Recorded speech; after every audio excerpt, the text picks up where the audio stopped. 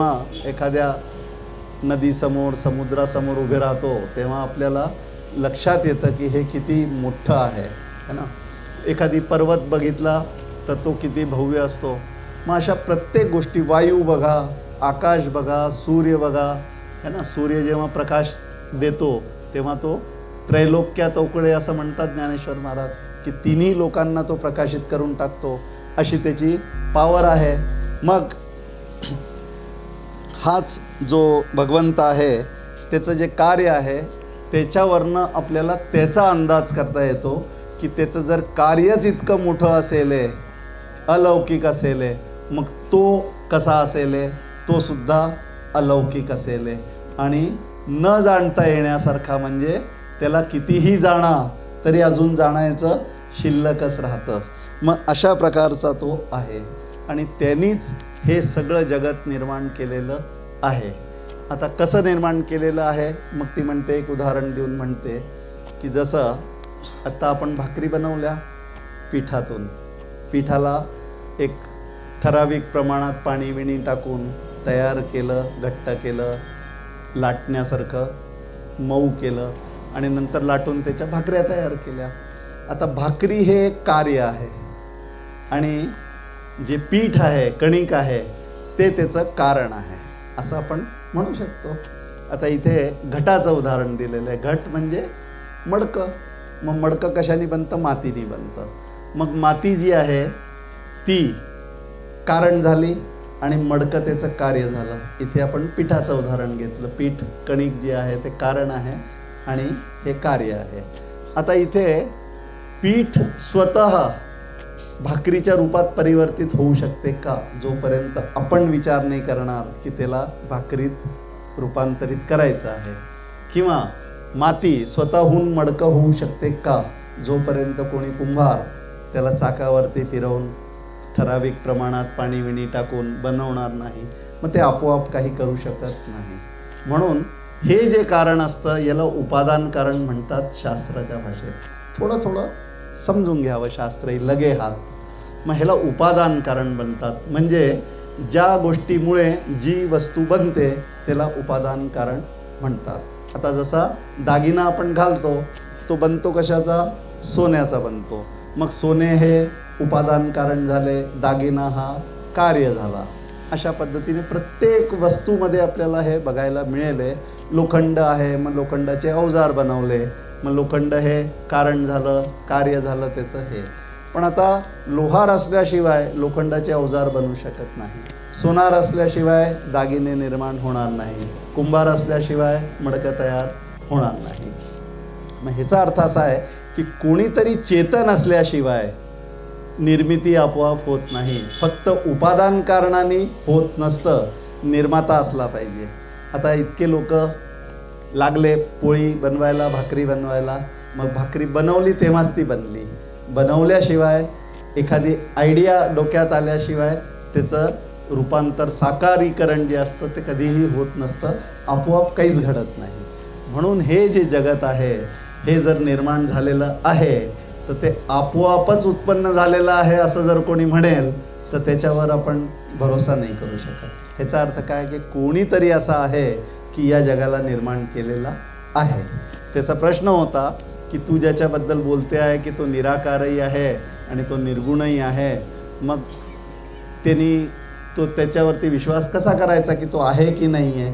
मग तो कसा आहे? त्याच्याकरता हे उत्तर दिलं तिने की उपादान कारण आणि निमित्त कारण. निमित्त म्हणजे चेतन कारण, जो कल्पना करतो की मला घडा बनवायचा आहे, घट बनवायचा आहे, मग त्याच्या कल्पनेनुसार तो सगळे साधनं गोळा करतो, चक्र, दंड असे सगळे करून त्याला फिरवून आणि मग मडकं तयार होऊन जातं. ह्याचा अर्थ काय की कार्याकरता दोन्ही कारणांची गरज असते. एक उपादान कारण म्हणजे मटेरियल आणि दुसरं म्हणजे निमित्त कारण म्हणजे चेतन, की जो ज्याचा हा आयडिया असतो की असं आपल्याला बनवायचं आहे. त्याच्या संकल्पातूनच, त्याच्या विचारातूनच ती निर्मिती होत असते. मग ह्याचा अर्थ असा आहे की त्यांनी हे जे काही बनवलेलं आहे हा त्याचाच संकल्प आहे, त्याचाच आयडिया आहे. आता प्रश्न असा आहे की मी जेव्हा भाकरी बनवतो तेव्हा पीठ मला मिळतं. कुठून मिळतं? शेतातून जे धान्य होतं मग त्याचं पीठ करून मिळतं. आता शेत म्हणजे पृथ्वी. आता पृथ्वी, पाणी, उजेड, वारा सगळं मिळून जेव्हा मी जे आहे माझ्याजवळ पहिलेपासूनच आहे, जन्मापासूनच मला पृथ्वी प्राप्त आहे, वायू प्राप्त आहे, अग्नी प्राप्त आहे, आकाश प्राप्त आहे, पाची तत्व मला जन्मापासून मिळालेले आहे. मग मी जे जे काही बनवेने ते माझ्या संकल्पातून येईल हे खरं, पण मला मटेरियल जो आहे उपादान कारण ते सगळे या जगातूनच मिळतील. आता त्यांनी जेव्हा हे सगळे 5 महाभूत सृष्टीची निर्मिती केली तेव्हा त्यांनी हे सगळं सामग्री कोणाकडून आणली हा प्रश्न आहे. मग ही सामग्री जर असं म्हटलं की त्यांनी कोणाकडून तरी आणली, मग ईश्वर तर तो झाला ज्याच्याकडून आणली असेल, मग ह्याचं सामर्थ्य नाही आहे असं झालं. मग अशा प्रकारे तर ईश्वराचा शोधच लागणार नाही. ज्यांनी सामग्री शेवटी पुरवलेली असेल पहिली त्यालाच म्हणावं लागेल. मग अशा पद्धतीने हे लक्षात येतं की वास्तविक हा जो भगवंत आहे हा पूर्ण स्वतंत्र आहे, शक्तिमान आहे. त्याच्यामुळे त्याच्या संकल्पाला अशा प्रकारचं बळ आहे की त्यांनी म्हटलं की हे निर्मिती व्हावी, एकोहम बहुश्याम असा त्याचा स्फुरण आणि संकल्प झाला. त्यांनी म्हटलं की मी एकटा आहे आणि मी बहु व्हावं, अनेक व्हावं. मग अनेक व्हावं म्हटलं त्यांनी. ब्रह्मदेवाचं तप भागवतात आपण ऐकतो, नाभिकमलातून ब्रह्मदेव निघाला, तो विचारतोय की मी कोण आहे, कुठून आलो, मला काय करण्यासाठी जन्माला घातलं आहे. मग त्याला ऐकू येतं तप म्हणून. मग हाच तो ज्ञान तप, हेच संकल्प त्याचं की ज्याच्यामुळे ही सृष्टी जी आहे ही उपादान कारण रूपाने जन्माला येते. आणि मग त्याच्या आयडियानुसार या सगळ्या गोष्टी आपापलं काम करत असतात. मग त्यांनी सगळ्यांना कामं देऊन दिली. आकाशाला काम दिलं की तू पोकळी द्यायची आहे सगळ्यांना, पोकळी स्पेस हे ना सगळ्यांना प्रोव्हाइड करायची, सगळ्यांना द्यायची. मग वायूला म्हटलं की तू सतत सगळ्यांना प्राण पुरवायचे आहे, सगळ्यांना इकडचं तिकडे करायचं आहे, चलनवलन हे सगळं वायू करतो. मग तेजाला म्हटलं की तू फक्त तापतच राहायचं आहे है ना. मग सगळ्यांना ताप जो असतो तो त्याच्यामुळे मिळतो. मग पुन्हा पाण्याला म्हटलं की तुम्ही जीवन द्यायचं आहे सगळ्यांना, सगळे लोक पाण्याशिवाय जगू शकणार नाही. मग सगळेच पशु पक्षी कोणीही असो 84 लक्ष योनी सगळे पाण्यांवरतीच जगतात. आणि मग पृथ्वीला म्हटलं की तुम्ही अन्न उगवायचं आहे, उत्पत्ती जी आहे तुमच्यापासून होईल. आणि उत्पत्ती झाली की सगळ्या जीवांची सोय त्याच्यातून होईल, खाद्यान्न त्यांना मिळेल. ह्याचा अर्थ असा झाला की ह्याचा संकल्प होता की ही सृष्टी निर्माण करावी आणि त्यांनी स्वतःहूनच तोच आकाश झाला, तोच वायू झाला, तोच अग्नी झाला, तोच पाणी झाला, तोच पृथ्वी झाला. म्हणून आपण वायू देवता म्हणतो, आकाश देवता म्हणतो, सूर्य देवता म्हणतो, पृथ्वी देवता म्हणतो, माताच म्हणतो ना आपण, धरती माता का म्हणतो? त्याच्या सगळ्यांच्या मध्ये तोच ईश्वर, तोच हे सगळं झालेलं आहे, स्वतःच तो हे झाला. आणि त्यांनीच मग पुन्हा सगळे निर्मितीची सोयसुद्धा त्याच्याच संकल्पातून निर्माण झालेली आहे. मग ह्याचा अर्थ असा आहे की ईश्वर जो आहे तो संकल्पाने सगळं निर्माण करू शकतो. मनामध्ये त्याच्या एखादी विचार आला की असं व्हावं, तसं होऊन जातं. आता आपल्यामध्ये पहा, तोच ईश्वर सगळ्यांमध्ये आमच्यामध्ये आहे. मग आम्ही जेव्हा एक असतो तेव्हा आम्ही म्हणतो एकोहम, मी एकटा आहे. मग बहु व्हावं, बहु व्हावं म्हणजे मी अनेक व्हावं. मग मी काय करतो? लग्न करतो. मग लग्न केल्यानंतर बहु होऊन जातो, प्रजा उत्पन्न होऊन जाते. मग अशा प्रकारे ही सृष्टी जी आहे ही सगळी त्या भगवंताचाच आयडिया आमच्या रूपाने सुद्धा सगळे चालू असतो. म्हणजे ही सृष्टी जी आहे भगवंत आमच्यामध्ये अशा प्रकाराने काम करत असतो, नेहमी असतो, तो कधीही नसतो असं नाही. मग त्या भगवंताला आपल्याला ओळखलं पाहिजे की माझ्यामध्ये तो आहे.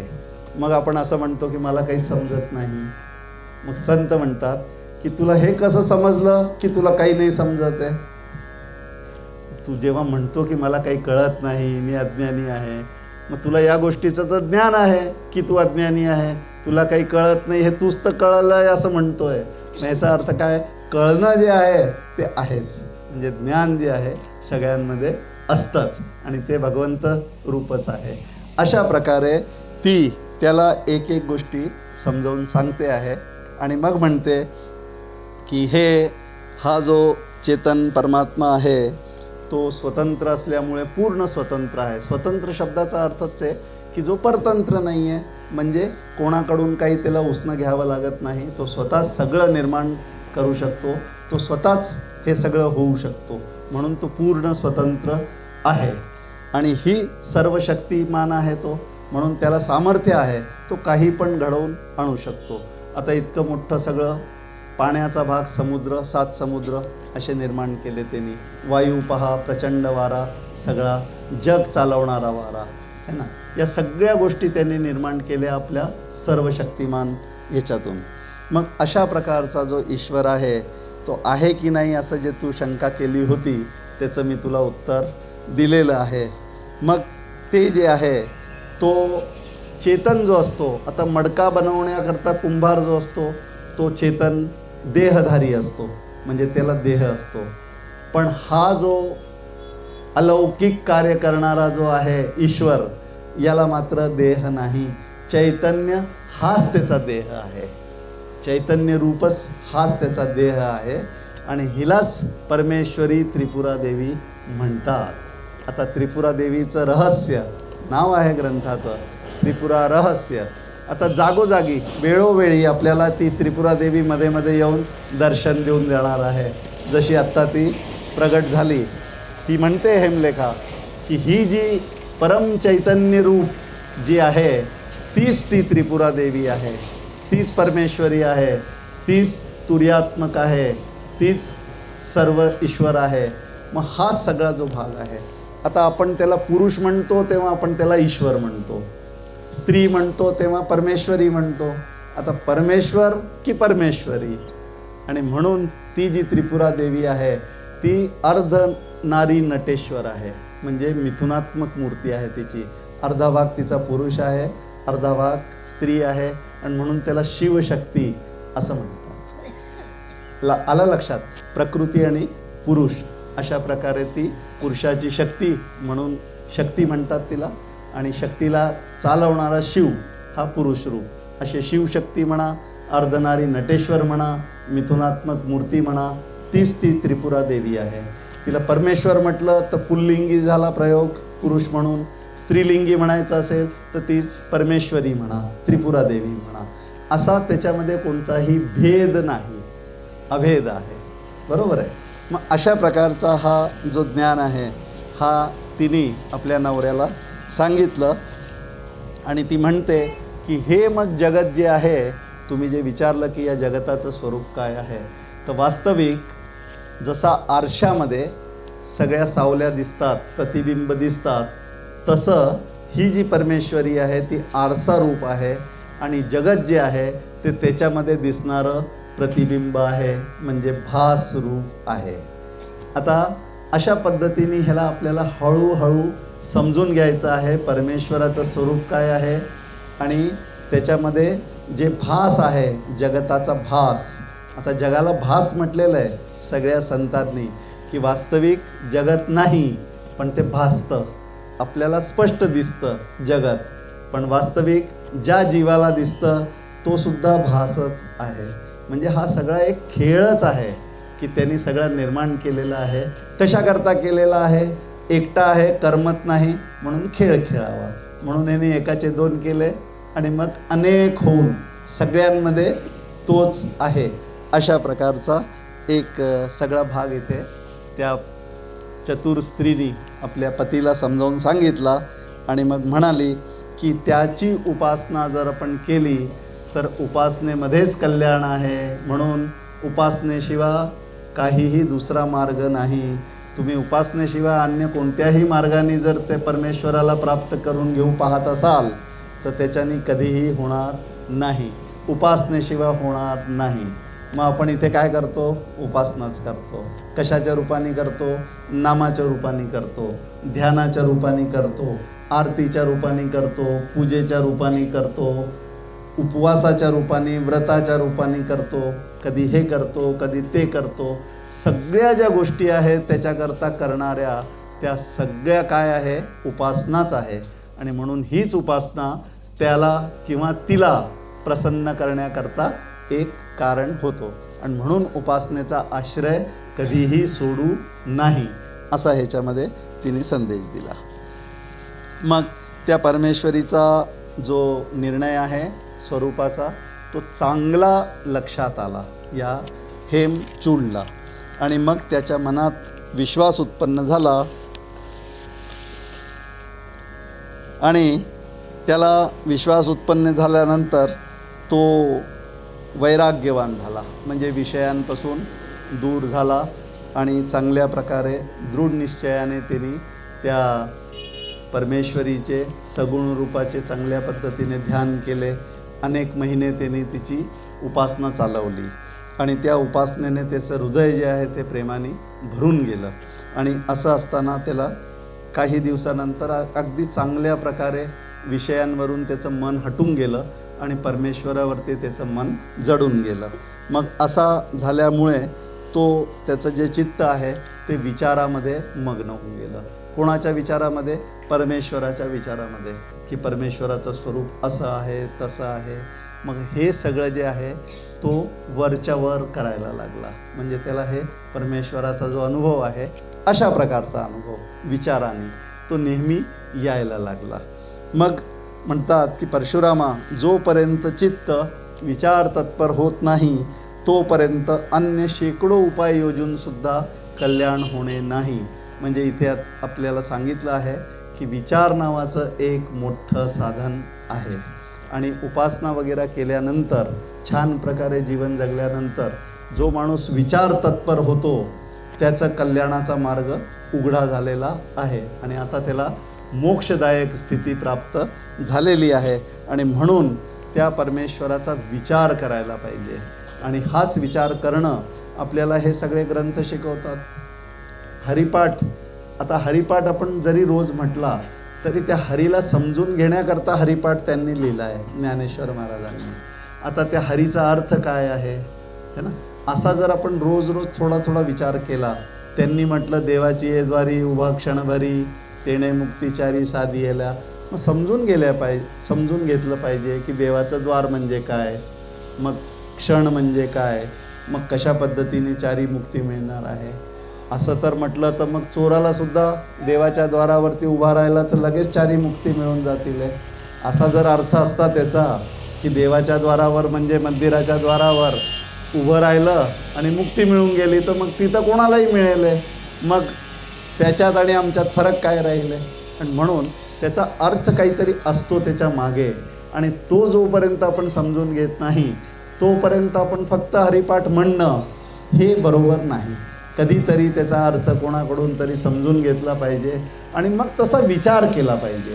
आणि असा विचार केला की मग आपलं काम त्या मार्गाने आपण लागलेलो आहे आणि बरोबर एक दिवस आपण पोचणारच आहे. मग कोणी चांगलं पुण्य असेल तर या देहातच त्याचं काम काही वर्षातच होऊन जाईल. पुण्य थोडंसं कमी पडत असेल तर फार पुढच्या जन्मात होईल. 1, 2, 3 जन्म असं काकांनी सांगितलेलं आहे बरं का. पंचदशीमध्ये काकांनी हे लिहिलेलं आहे, तेच मी तुमच्यासमोर सांगत आहे. आपल्या मनाने काहीही नाही. मग असं आपण जेव्हा पाहतो की गुरूंनी जो मार्ग दाखवलेला आहे, गुरूंनी जसं साधन सांगितलेलं आहे तसं जर आपण केलं आणि समजून केलं तर. काकांचं पहा, पहिल्या दिवसापासून जेव्हा प्रवचन आपण ऐकतो आहे, अनेक लोकांनी अनेक प्रवचनं त्यांची ऐकली असतील. त्याच्यात 2 गोष्टी ते नेहमी सांगतात. एक हे की जे केलं पाहिजे ते समजून केलं पाहिजे, एक भाग. दुसरं असं की आपण विचार नावाचं जे साधन आहे ते लक्षात घ्यायला पाहिजे की एक विचार नावाचं साधन असतं. कसं आहे, कृती तर आपल्याला सगळ्या करता येतात. कोणी म्हणाल की 16 सोमवार कर तर मोजून आपण 1 to 16 16 करून टाकू. व्रतवैकल्य करून टाकू. आणखीन म्हणाला फेऱ्या टाका, कुठे प्रदक्षिणा करा, 108 करा, हे करा ते करा, या नदीवर जा, त्या मंदिरावर जा, या तीर्थाला जा. सगळीकडे गेलो तरी विचार जोपर्यंत करणार नाही तोपर्यंत ही साधनं जी आहे ही थोडीशी कमजोर पडतात. म्हणजे ह्याचा अर्थ काय की या सगळ्या साधनांची गरज आहे, ते केले पाहिजे. पण त्यांच्याकडून मिळणारी जी गोष्ट आहे ती थोडी थोडीच असते. आता 1 रुपयामध्ये किती खाऊ भेटणार आहे आणि 1 करोड रुपयामध्ये किती भेटणार आहे ह्याचा जर विचार केला तर या सगळ्या गोष्टींना हे चिल्लरसारखे आहे. पण चिल्लर तर असलीच पाहिजे, त्याच्याशिवाय नोट बनत नाही. म्हणून हे सगळं करायचं असतं, पण वास्तविक त्याच्या उपासनेने विचार तत्पर झालं पाहिजे. आणि हेच साधन इथे सांगितलं आहे की परशुरामा, विचार तत्पर होणे हेच मोक्षाचं मुख्य साधन आहे, मुख्य कारण आहे.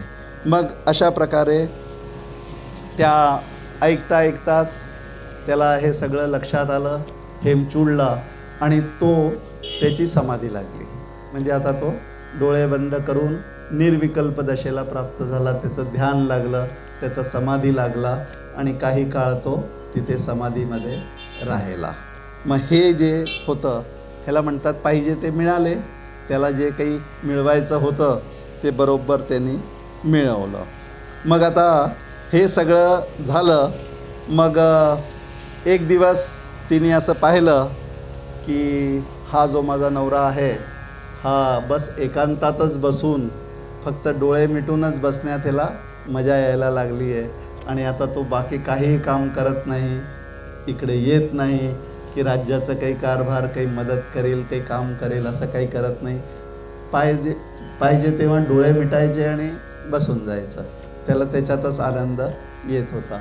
मग असं करत असताना एकदा तिने म्हटलं की अहो महाराज, तुमचं काय चालू आहे, मला जरा सांगा तुम्ही, की तुम्हाला असं काय वाटतं आहे की डोळे मिटल्याने काय येऊन जाईल आणि डोळे उघडलं तर काय चाललं जाईल. म्हणजे तुम्ही भगवंताला काय समजलं आहे की तो डोळे मिटल्यानंतर येतो आणि डोळे उघडले की चालला जातो.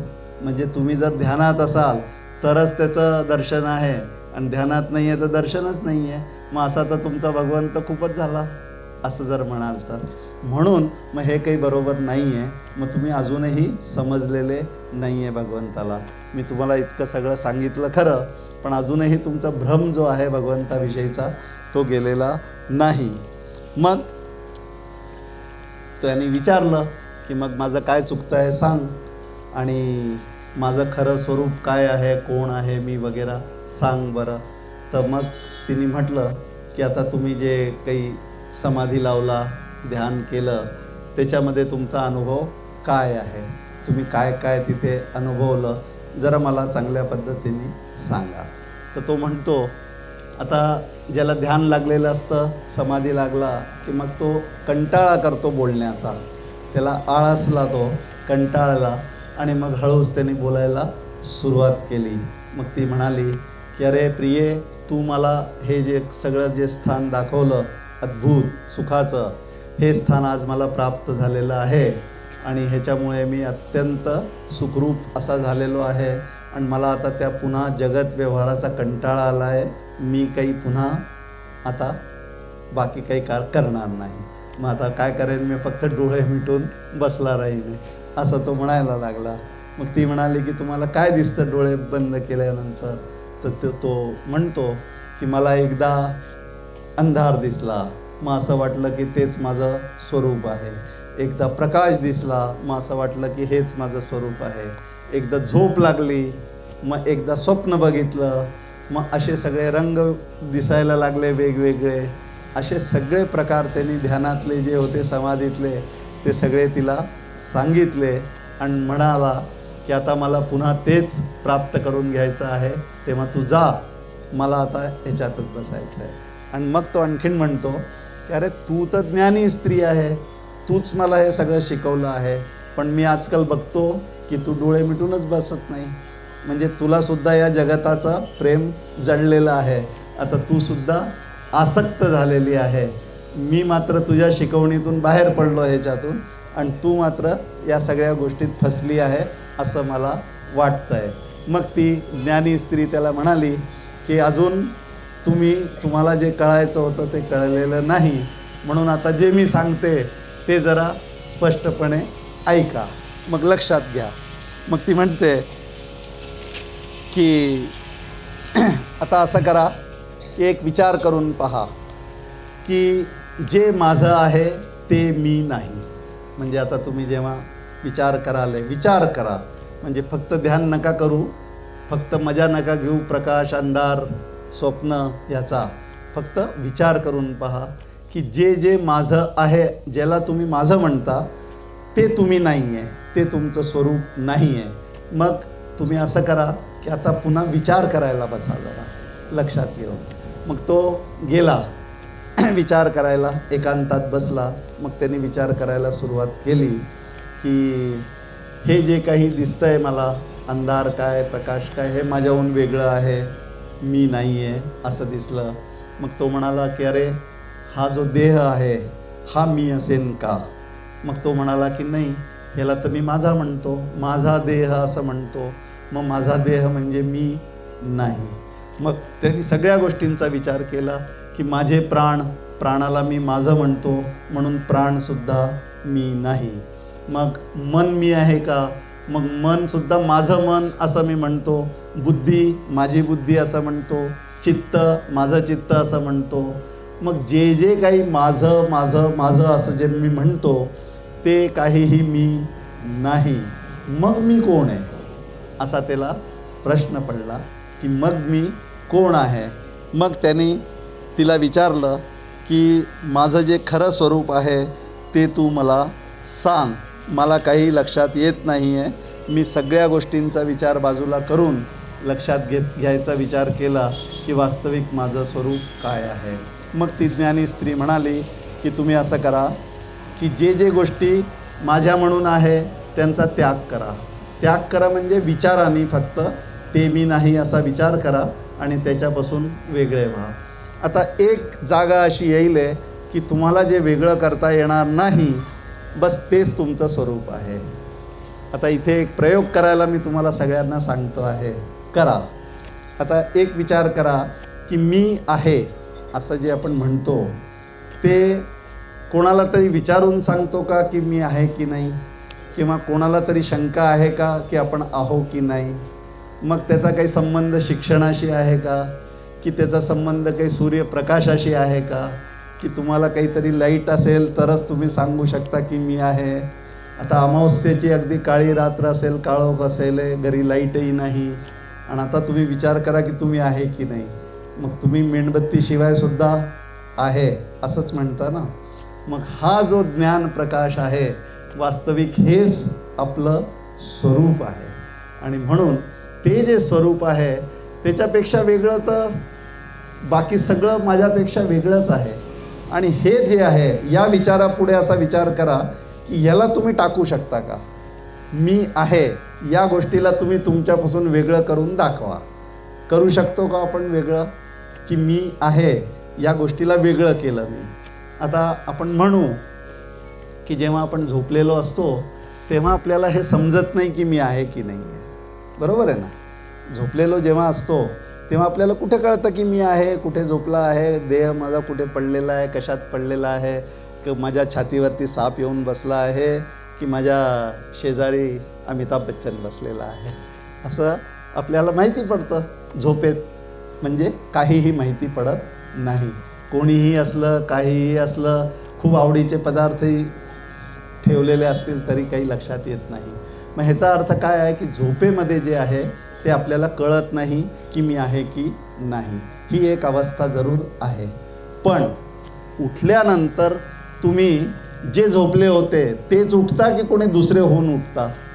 आता मी प्रदीप आहे, मी झोपलो काल आणि जेव्हा उठलो सकाळी तेव्हा मी प्रदीपच होतो की दिलीप होऊन गेलो? प्रदीपच होतो. मग ह्याचा अर्थ काय आहे की मी झोपेत सुद्धा खरं तर माझं मला जे आहे भान आहे. कारण जो सकाळी उठला मग त्याला हे कसं कळलं की जो रात्री झोपला होता हाच सकाळी उठलेला आहे, तो कोणी दुसरा नाही आहे. मग मला लक्षात येतं की काल मला हे कामं करायची होती, मी गेलो होतो, काम झालं नाही, आज पुन्हा जायचं आहे, काम करायचं आहे, कालचं पेंडिंग काम आहे आज करायचं आहे. हे कोणाला कळतं? मग जो रात्री झोपला होता आज जो सकाळी उठला तो तोच आहे. मग ह्याचा अर्थ काय की मी रात्री जे मी म्हटलं की झोपेत मला कळत नाही, मग हे कळतं आहे की नाही? झोपेतलं सगळंच तर कळलं मला की मी होतो तिथे, माझं जे अस्तित्व आहे ते तिथे बरोबर राहिलं. आणि हे मी सकाळी कसं जाणलं? मग कोणीतरी असा पाहणारा होताच जागा की ज्याला हे कळलं की हाच प्रदीप आहे आणि उठलेला हा सुद्धा प्रदीपच आहे. मग ह्याचा अर्थ काय आहे की वास्तविक जे माझं स्वरूप आहे ते कधीही झोपत नाही. ज्ञानरूपता जी माझी आहे ती कधीही झोपत नसते. झोपी कोण जातं? जीव झोपी जातो. जीवाला 3 अवस्था आहे, जागृती, स्वप्न, सुषुप्ती. तोच स्वप्न पाहतो, तोच जागा होतो, तोच झोपतो. पण वास्तविक जो मी नावाची गोष्ट आहे, ज्याचं आपण आत्ता वर्णन केलं की मी माझ्यापासून कधीही वेगळा होत नाही, मी करूच शकत नाही मला माझ्यापासून वेगळं. मग हा जो मी आहे चैतन्य, हा जो मी ज्ञान आहे, हा जो ज्ञान प्रकाश आहे, हा नेहमी आहे आहे आणि आहे, असाच मी आहे. मग हे माझं खरं स्वरूप आहे. आता हिनी याला असा उपदेश केल्यानंतर ह्याला लक्षात आलं की अरे हां, हाच माझा स्वरूप आहे. मग मी जो आत्मरूप आहे, माझं जे ज्ञान स्वरूप आहे, हा विचाराने मला लक्षात घ्यायचा आहे. ध्यानामध्ये एक अल्पसा अनुभव क्षणभर असा येऊन जातो की मी बाकी सगळ्या गोष्टी तिथे टाकलेल्या असतात. मी कोणीही नसतो. मी पुरुष आहे की स्त्री आहे हे विसरून जातो. मी अमुक वयाचा आहे की कसा आहे हे विसरून जातो. मी नोकर आहे की मालिक आहे हे विसरून जातो. सगळंच विसरून जातो मी तिथे. पण मात्र जे आत्मभान आहे ते मात्र तिथे माझ्या एक झलक म्हणून लक्षात येतं. आणि सुखाचा जो अनुभव येतो, ती सुखरूपता, ती माझंच स्वरूप असतं. आणि असं ध्यानामध्ये मला अनुभव जरूर येतो. पण या अनुभवाकरता जर मी म्हटलं की बस सगळेजण ध्यानच लावून बसले राहा, तर मग हे जगत चालेल कसं? मग जगामध्ये ज्ञानी जे आहे त्यांनी तर सगळ्यांनी फक्त समाधी लावूनच बसलं पाहिजे. मग समाधी लावून बसले तर मग इकडे उपदेश कोण करणार? गुरु महाराज.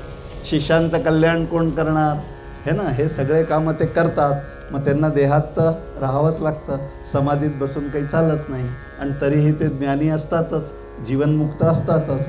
मग अशाच पद्धतीचा जो विचार आहे हा आपल्याला शिकायचा असतो. म्हणून जे जे काही आपण करावं, उपासना करावी, ध्यान करावं, नाम घ्यावं, सगळं घ्यावं. पण काय, नाम घेता घेता घेता एक वेळ अशी येते की नाम गळून पडतं. म्हणजे नाम घ्यायचंही राहत नाही, चालू राहत नाही नाम. पण वास्तविक मी माझ्या स्वरूपाशी एकरूप झालेलो असतो. मी तेव्हा आत्मरूप झालेलो असतो. म्हणजे हे केव्हाचं म्हणतोय मी? झोप लागलेली नसेल तर. आणि नाही तर माळा पडून गेली आणि मी म्हणतो की गळून पडली. असं नाही. झोपेत माळ पडली तर ते बरोबर नाही आहे. झोप लागल्याशिवाय जर माळ बंद पडली, नाम गळून पडलं, तर त्यालाच गळून पडणं म्हणतात. नाही तर मी माळ सोडून द्यायची आणि म्हणायची की झालं, माझं स्वरूप दर्शन झालं, आत्मदर्शन झालं. हे फसवेपणा आहे. असं फसवू नये स्वतःला.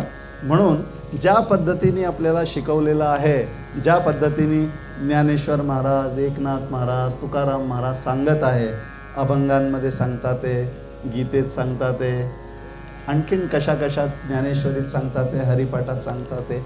वास्तविक ते आपल्या स्वरूपाची ओळख करून देण्याकरताच या गोष्टी सांगतात ते. मग त्याच्याकरता त्यांनी जे सांगितलेलं आहे ते जर मुकाट्याने करत राहिलो, बिना अश्रद्धा करता, बिना अविश्वास करता, तर एक दिवस खरोखर माझ्या जीवनाचं जे कल्याण आहे ते झाल्याशिवाय राहणार नाही. आणि याची देही याची डोळा, भोगू मुक्तीचा सोहळा, असा दिवस आपल्याला भोगायला मिळेल. आता आज आपण थोडंसं लवकर थांबू. जय जय रघुवीर समर्थ.